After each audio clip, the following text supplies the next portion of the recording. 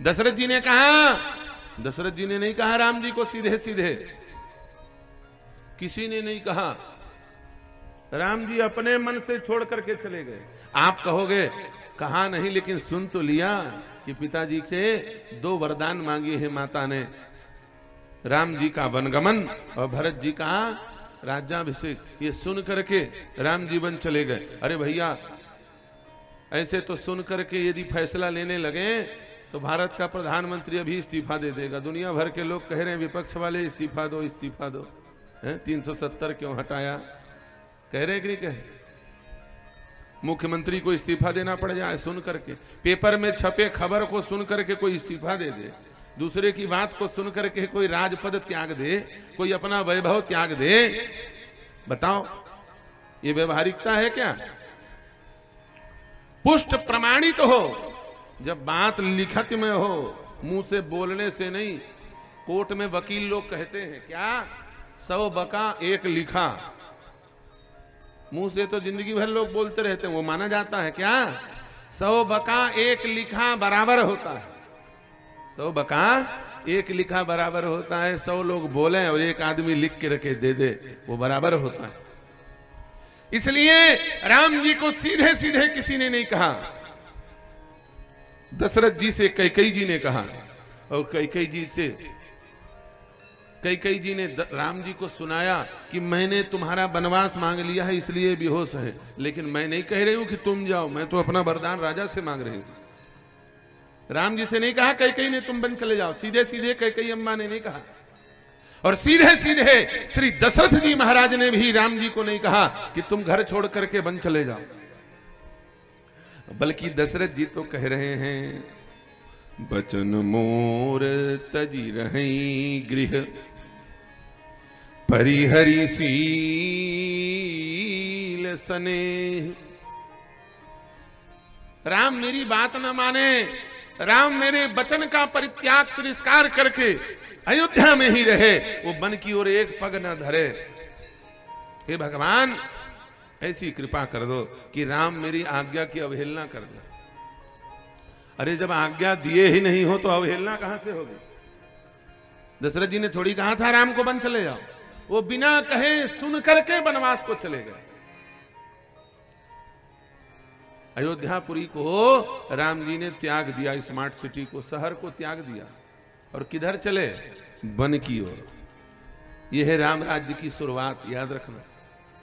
राम राज्य शहरों की ओर जाने से नहीं आएगा, राम राज्य वन की ओर जाने से आएगा। और हम लोग आज शहरों की ओर ज्यादा ध्यान दे रहे हैं, वन की ओर कम ध्यान दे रहे हैं। ईमानदारी से बताओ, जिसको विधानसभा का टिकट चाहिए वो दिल्ली की ओर भागता है कि जंगल की ओर? ईमानदारी से बताओ, किधर भागता है? बताओ, ये सब नेता बैठे हैं, लेखनी बताओ, सब दिल्ली की ओर भागते हैं, क्योंकि टिकट चाहिए। कोई वन की ओर भागता है? सब शहर की ओर भागते हैं।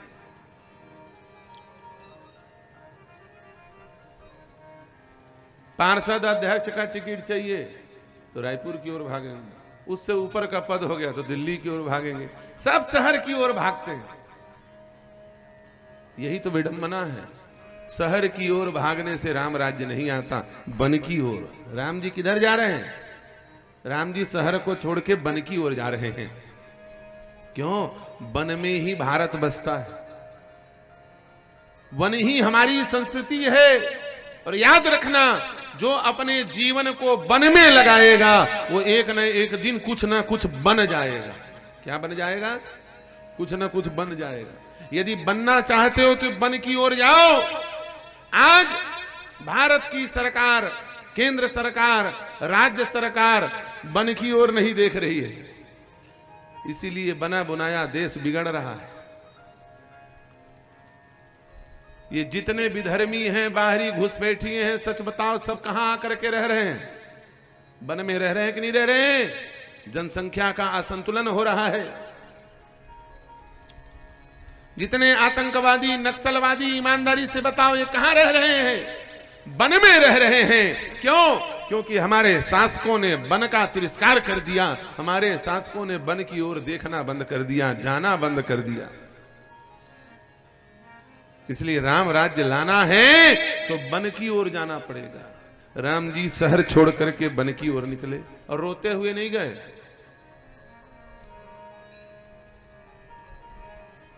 मन मुस्काही भानु कुल भानु, मन मुस्काही भानु कुल,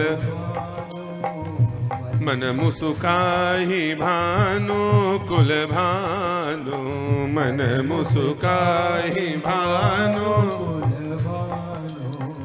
राम सहज आनंद निधानो, राम सहज आनंद निधानो, भानु कुल भानु, राम सहज आनंद निधानो, राम सहज आनंद। मुस्कुराते हुए राम जी वन की ओर जा रहे हैं, शहर को छोड़ करके, सुविधा को छोड़ करके भगवान प्रसन्न होकर के जा रहे हैं। क्यों? क्योंकि जब सुविधा छूटती है तो दुविधा भी छूटती है, और जब सुविधा मिलती है तो दुविधा भी मिलती है। याद रखना, जो जितने ज्यादा सुविधा में उतने ही ज्यादा दुविधा में। बिना एसी कैसे जाएंगे? हमारे गाड़ी का एसी खराब है, ले वो बांधा से मुंगेली नहीं जा पा रहा है। क्यों? एसी खराब है गाड़ी का, बिना एसी कैसे जाएंगे? लाइट गोल है, कैसे सोएंगे? बिना लाइट के कैसे सोए? दुविधा आ गई कि नहीं? सुविधा जब भी आएगी तो दुविधा को साथ लेकर के आएगी। इसलिए याद रखना, जो व्यक्ति सुविधा भोगी नहीं होगा वो दुविधा से बचा रहेगा, और जो व्यक्ति दुविधा में नहीं रहेगा उसी के द्वारा राम राज्य आएगा। दुविधा में नहीं रहो। आज नेता सबसे ज्यादा दुविधा में है, और जहां हमारी एक बड़ी विचित्र बात है, क्या?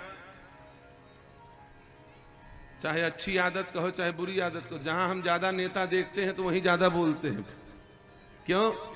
क्योंकि आजकल जनता को ज्यादा सत्संग की जरूरत नहीं है, नेताओं को ज्यादा सत्संग की जरूरत है कि नहीं?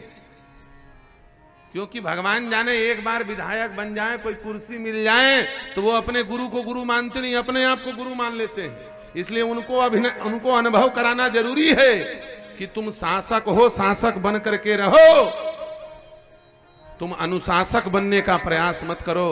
शासन राजा संभालता है, शासन महाराजा संभालता है, लेकिन अनुशासन हमेशा संत और फकीर संभालते आए हैं। इसलिए तुम अपने कुर्सी में रहो, हम अपने कुर्सी में, हम अपनी जिम्मेदारी निभा रहे हैं।